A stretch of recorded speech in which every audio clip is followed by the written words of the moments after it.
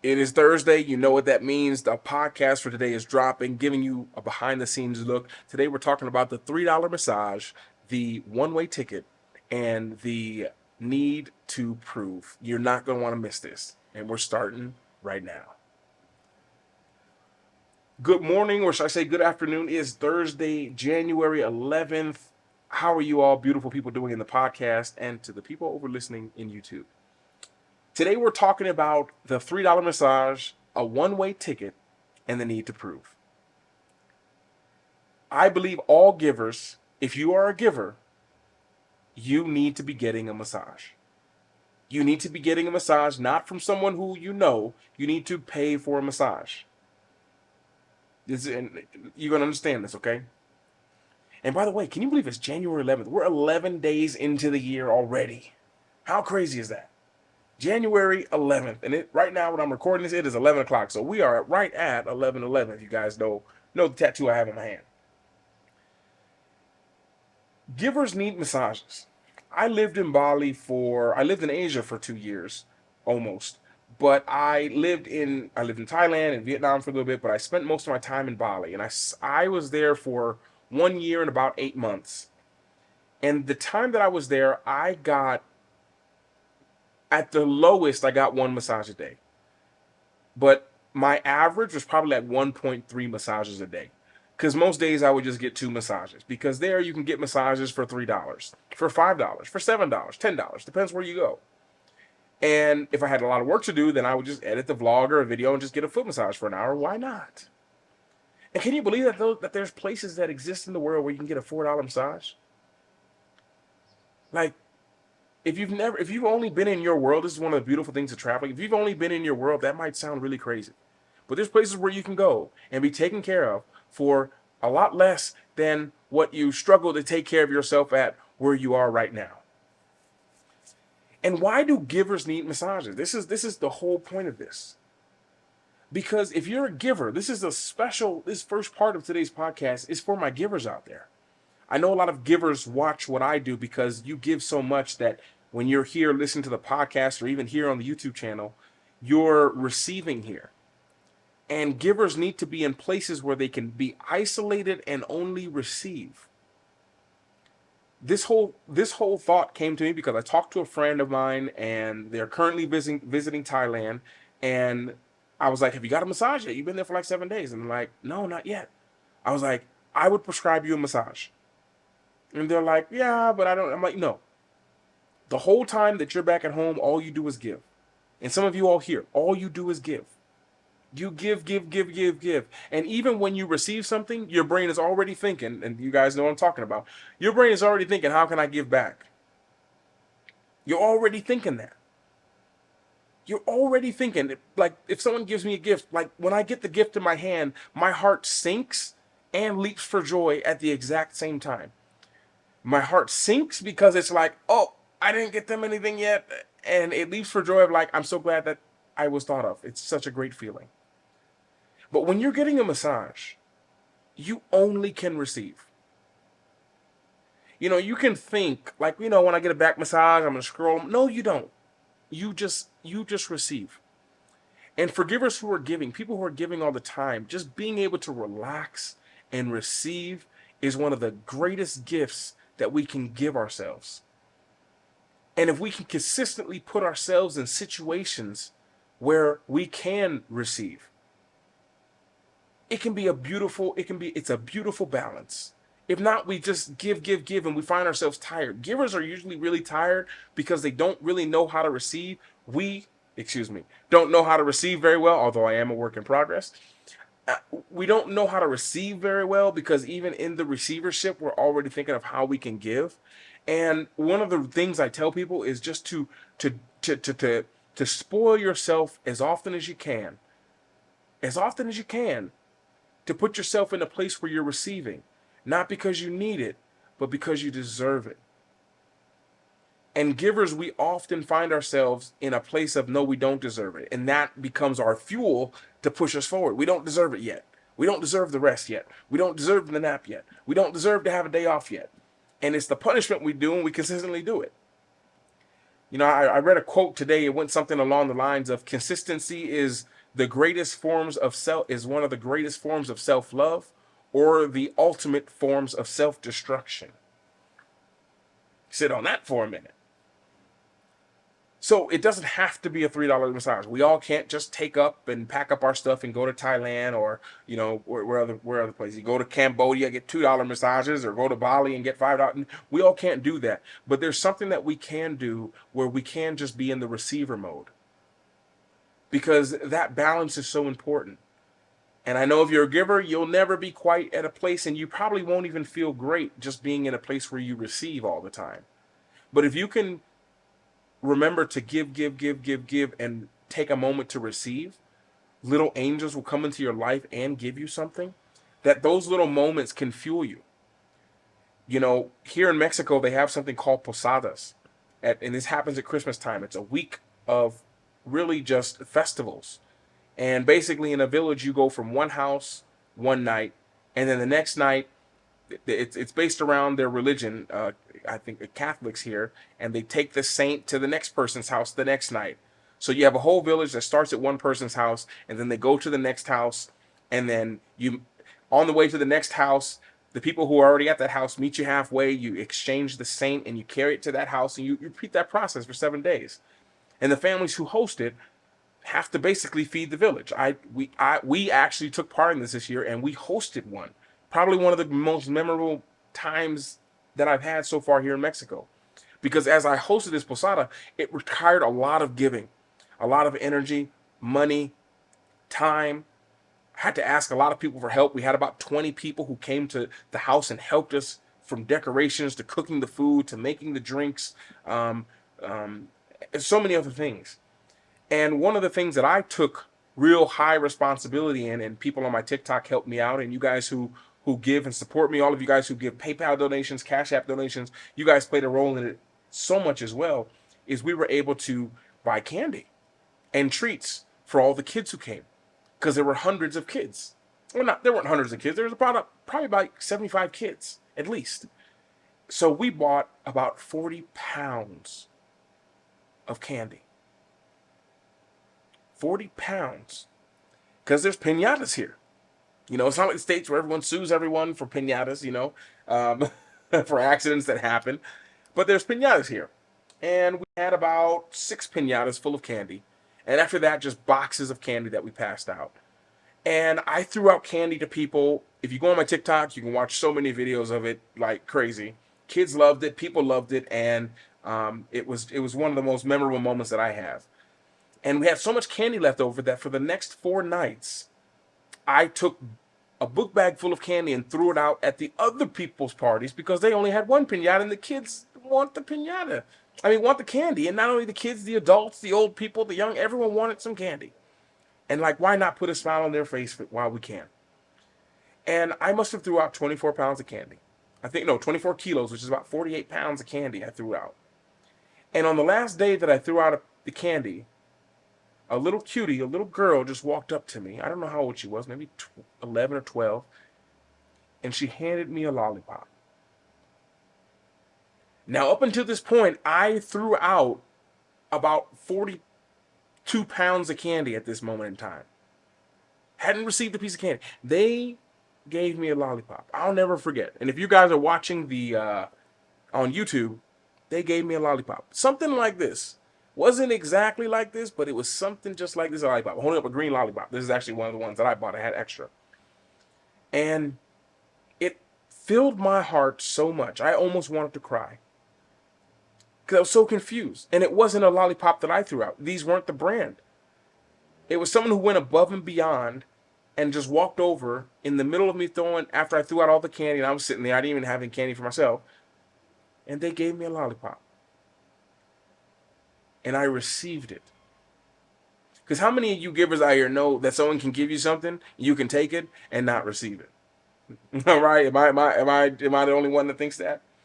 Because it's very highly possible, especially when you're so used to just giving and giving and giving and giving and giving. But I received it, and I enjoyed it, and I appreciated it.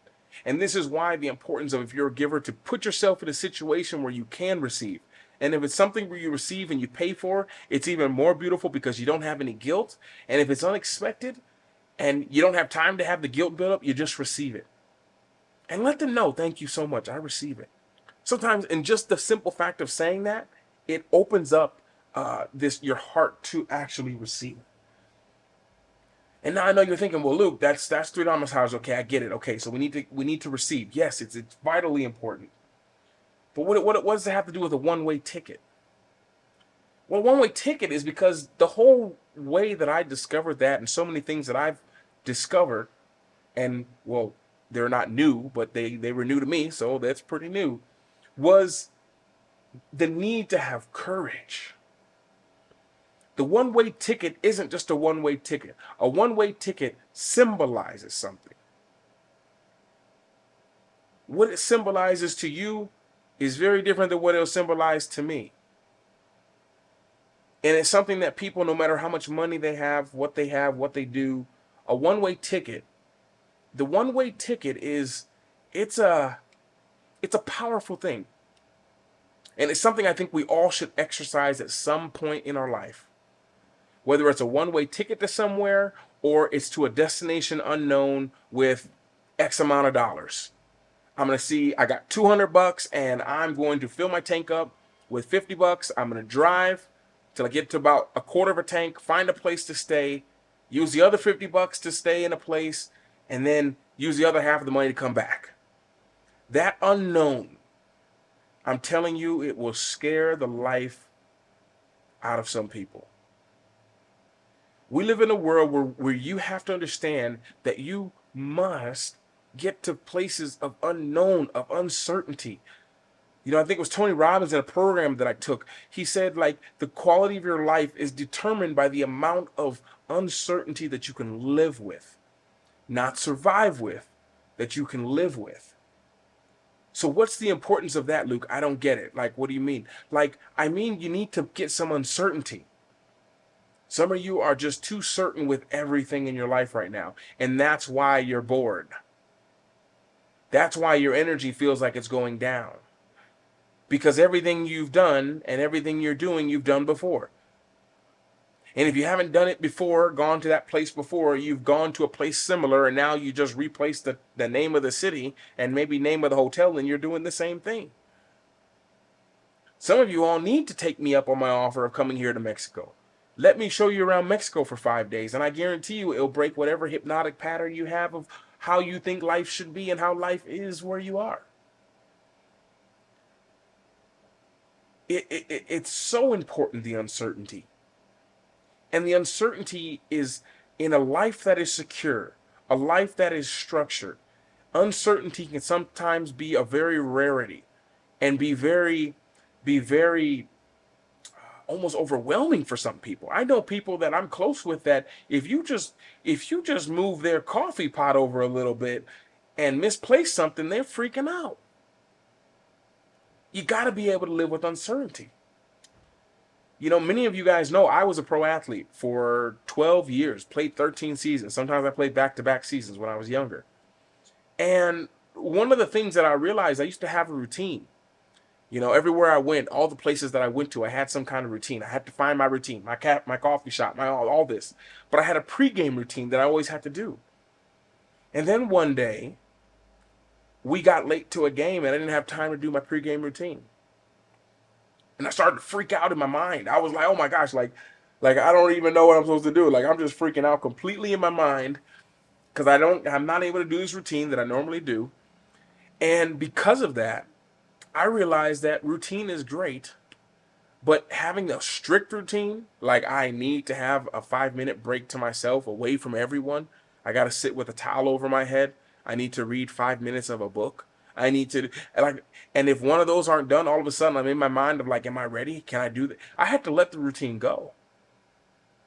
I had to make my simple routine was 3 breaths, close your eyes, enjoy the moment, know that there's someone out there who's never seen me play basketball before and will never see me play basketball again. And my father gave me a book when I was in college. I think it was No Excuses by Brian Tracy. And inside that book, he wrote 3 lines that I never forgot. He said, believe in believe in God, believe in His will for your life, and play the game. And I would repeat that in my mind one or two, three times, and I'd go out there and play. And to have that routine, I didn't need a private room. I didn't need a quiet place. I just needed to be alive, standing up, and to have 10 seconds. And I've realized no matter how busy the arena, how much is going on, how many reporters are there, how many, whatever's going on, there's always time to get 10 seconds from me. Even, yes, if that's in the bathroom. So a one-way ticket, though. The courage, the uncertainty, the excitement that comes along with it.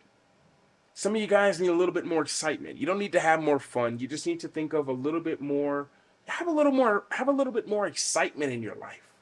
And that uncertainty, will do that for you. I think it's one of the things that entrepreneurs, we get so accustomed to is the excitement. Like a paycheck every week bores us in a sense because the excitement makes us feel alive. You know, it's like someone who invests in the S&P 500 and someone who invests in crypto. two different two different rides. Two different rides. And the final part of this podcast is and the need to prove. I've seen many people's lives just slowly slow down, and they change because of their need to prove.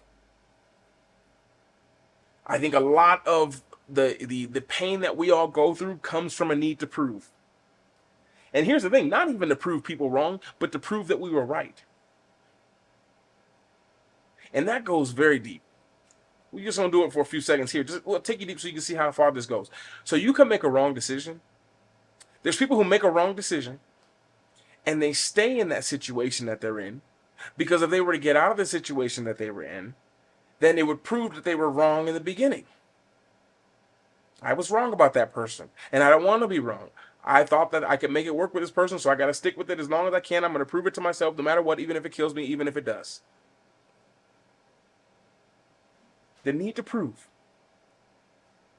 And sometimes it's the lack of awareness that we have. Working with clients, being a life coach, I love doing this.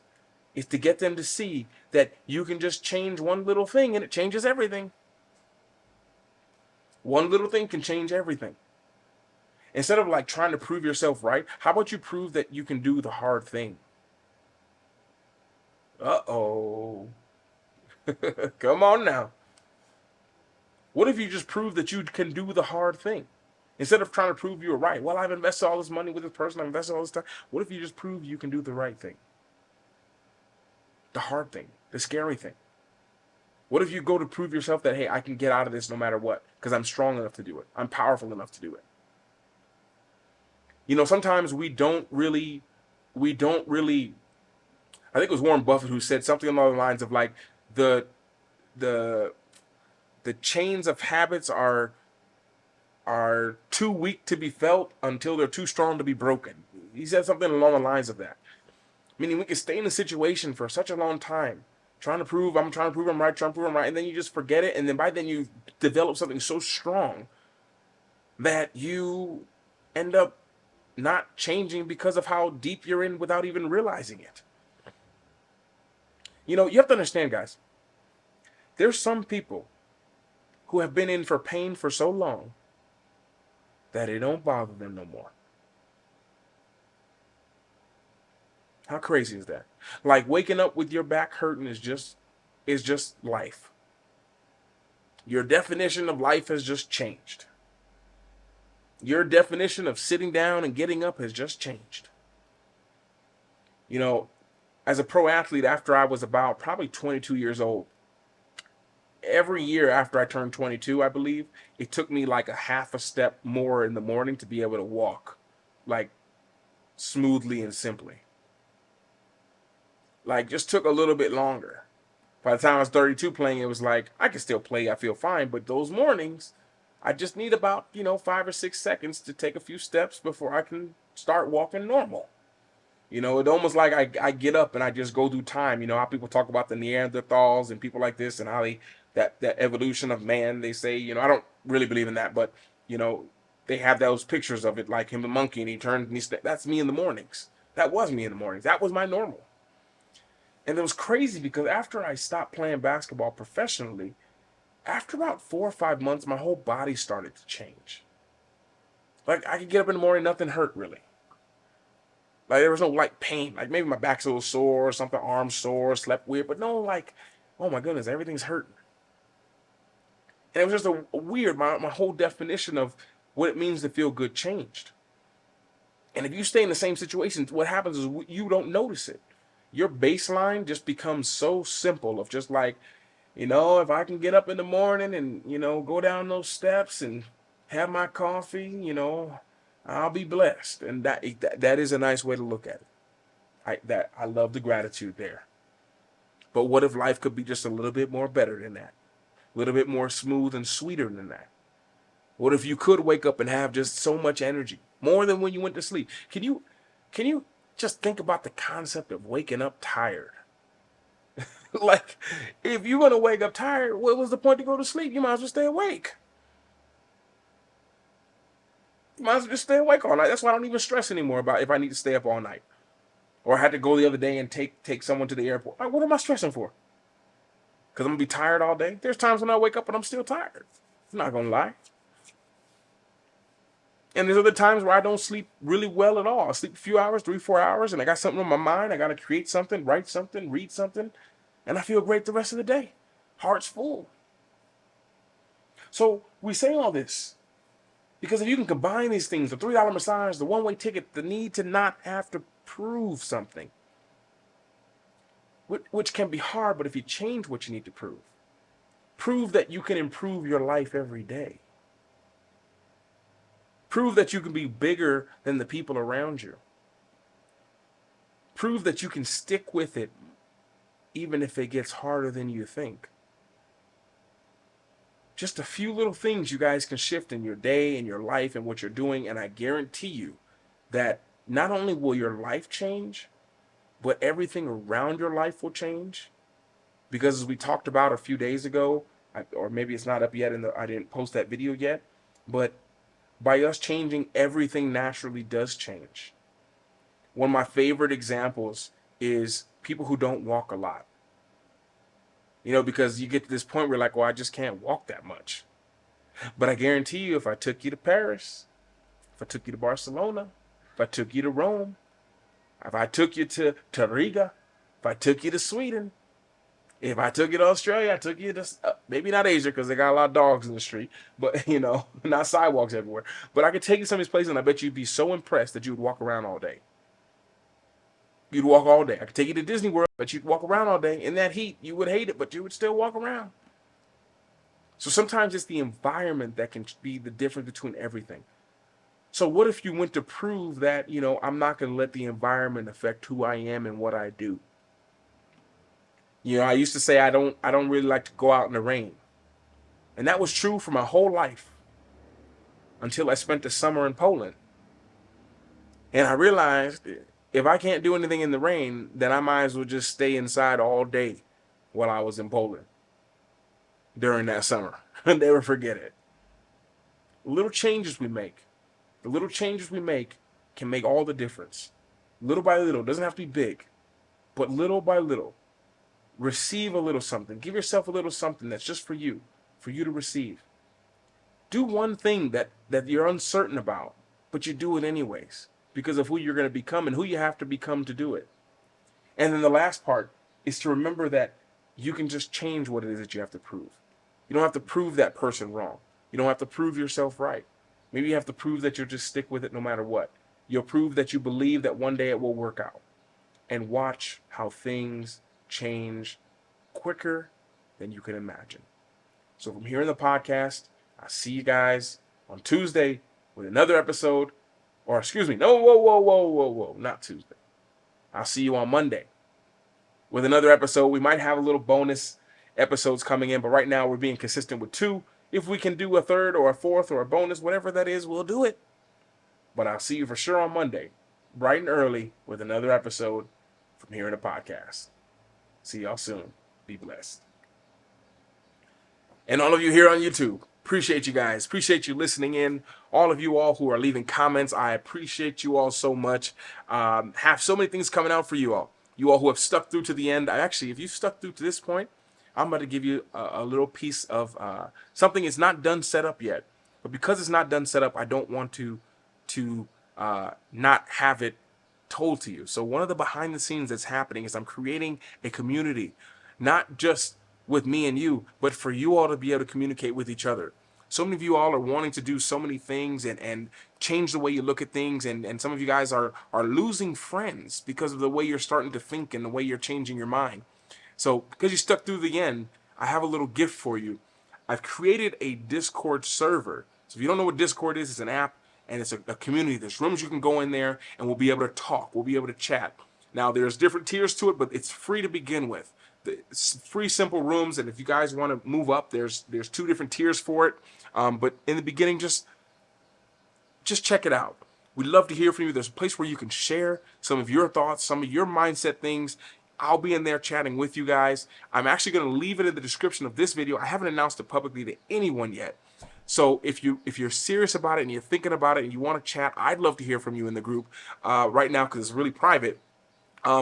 Where it is going to be at is it's going to be in the description of this video, but it's going to be at the very bottom of the description. There's going to be one link there. And because you stayed through to the end, you're going to be in it first. And in the beginning, I'll be chatting with you. So drop in there. Let me know your name, where you're from. And like I say, people haven't joined it yet because I haven't really announced it. I'm not sure. I'm still trying to understand how this app works. But I want to have you there and to... we'll talk about some mindset things. There's a book section in there. People always ask me about what books I have, what books I'm reading, what books have been recommended. I'm going to be writing that in there. So I'll see you guys in the Discord group. And with that, remember to work hard. No, work smart. Be brave. And don't forget to smile. Ciao.